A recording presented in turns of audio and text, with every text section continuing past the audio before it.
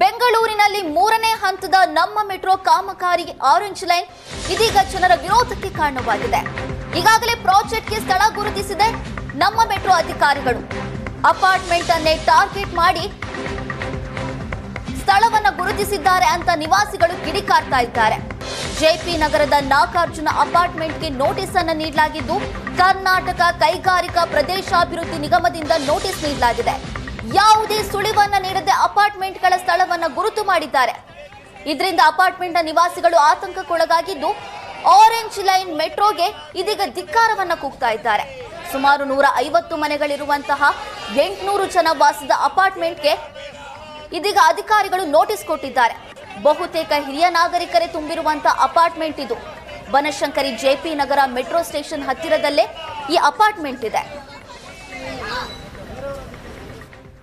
ಇಲ್ಲಿ metro station ಬಂದು ಈ ಎಲ್ಲ ನಮ್ಮ ಗೇಟ್ ಒಳದಾಕಿ ಟ್ರಾನ್ಸ್ಫಾರ್ಮರ್ ಎಲ್ಲ ಕಿತ್ತಾಕಿ ಇಲ್ಲಿ ಒಳಗಡೆ ಬಂದು ಧೂಳು ಮಾಡಿದರೆ ನಾವು 70-80 ವರ್ಷದವರು ಹೆಂಗೆ ಇಲ್ಲಿ ಬದುಕಬೇಕು? ಈ ಜಾಗದಲ್ಲಿ ಮೆಟ್ರೋ ಸ್ಟೇಷನ್ ಮಾಡಲೇಬಾರ್ದು. ಆ ಕಡೆಗೂ ಜಾಗ ಖಾಲಿ ಇದೆ, ಈ ಕಡೆಗೂ ಜಾಗ ಖಾಲಿ ಇದೆ, ಯಾಕೆ ಅಲ್ಲಿ ಮಾಡಬಾರದು?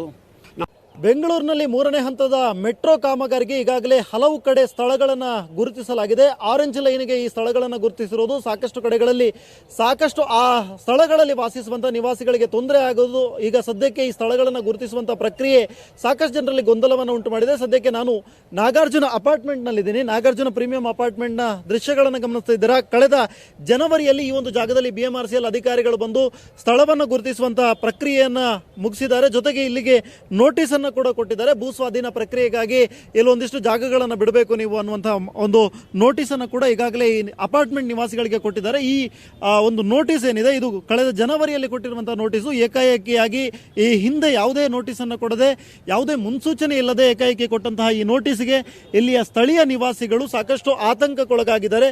ತಮ್ಮ ಮನೆ ಏನಿದೆ, ತಾವು ವ್ಯವಸ್ಥಿತವಾಗಿ ವಾಸ ಮಾಡ್ತಿರುವಂಥ ಮನೆ, ಅದರಲ್ಲೂ ಕೂಡ ಅಪಾರ್ಟ್ಮೆಂಟ್ ಅಂತ ಹೇಳಿದಾಗ ಸಾಕಷ್ಟು ಕಿರಿಕಿರಿ ಇಲ್ಲದೆ ನಾವು ಬದುಕಬೇಕು, ನೆಮ್ಮದಿಯಾಗಿ ಬದುಕಬೇಕು ಅನ್ನುವಂಥ ಒಂದು ಚಾಯ್ಸ್ಗೋಸ್ಕರ ಸಾಕಷ್ಟು ಜನ ದುಡ್ಡು ಕೊಟ್ಟು ಸಾಕಷ್ಟು ಹಣವನ್ನು ವ್ಯಯಿಸಿ ಅಪಾರ್ಟ್ಮೆಂಟನ್ನು ಖರೀದಿಸ್ತಾರೆ. ಅಂತಹ ಒಂದು ಅಪಾರ್ಟ್ಮೆಂಟನ್ನು ಈಗ ಏಕಾಏಕಿ ನಾವೆಲ್ಲರೂ ಬಿಟ್ಟು ಹೋಗಬೇಕಾ ಅನ್ನುವಂಥ ಒಂದು ಆತಂಕದಲ್ಲಿ ಸದ್ಯಕ್ಕೆ ಜನ ಇರುವಂಥದ್ದು. ಸಾಕಷ್ಟು ಜನ ಇದ್ದಾರೆ. ನಾನು ಜನಗಳನ್ನು ಮಾತನಾಡಿಸ್ತಾ ಹೋಗ್ತೀನಿ.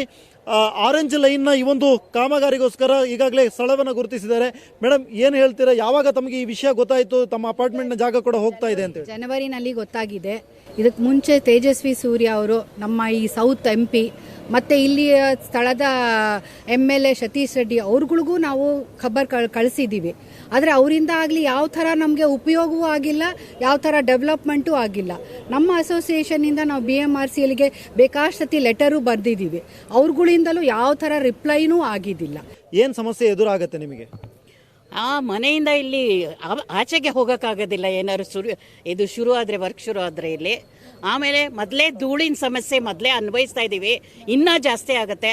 ಆಮೇಲೆ ಸ್ಟೇಷನ್ ಆದರೆ ಇಲ್ಲಿ ಆಟೋಗಳು ಬಂದು ನಿಂತ್ಕೊಂಡು ಕಳ್ಳ ಕಾಕರು ನಮ್ಗೆ ಸೇಫ್ಟಿನೇ ಹೊಟ್ಟೋಗುತ್ತೆ. ನಾವು ಇರೋದೇ ಅದಕ್ಕೋಸ್ಕರನೇ.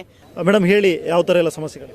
ನಾವು one thing we want to make clear is we are not against the metro line. We are only against the establishment of the metro station here. ಅದರಿಂದ ಈಗ ಜಾಗನೇ ಇಲ್ಲ ಅನ್ನೋ ಥರ ಏನೂ ಇಲ್ಲ. ಪಕ್ಕದಲ್ಲೆಲ್ಲ ಬೇಕಷ್ಟು ಜಾಗ ಇದೆ, ಕಮರ್ಷಿಯಲ್ ಎಸ್ಟಾಬ್ಲಿಷ್ಮೆಂಟ್ಸ್. ಯಾರಿಗೂ ಲೈಫ್ ಏನು ಅಫೆಕ್ಟ್ ಆಗಲ್ಲ.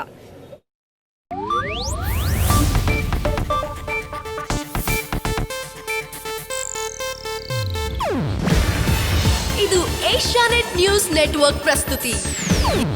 ನೀವು ನೋಡ್ತಿದ್ದೀರಾ ಏಷ್ಯಾನೆಟ್ ಸುವರ್ಣ ನ್ಯೂಸ್.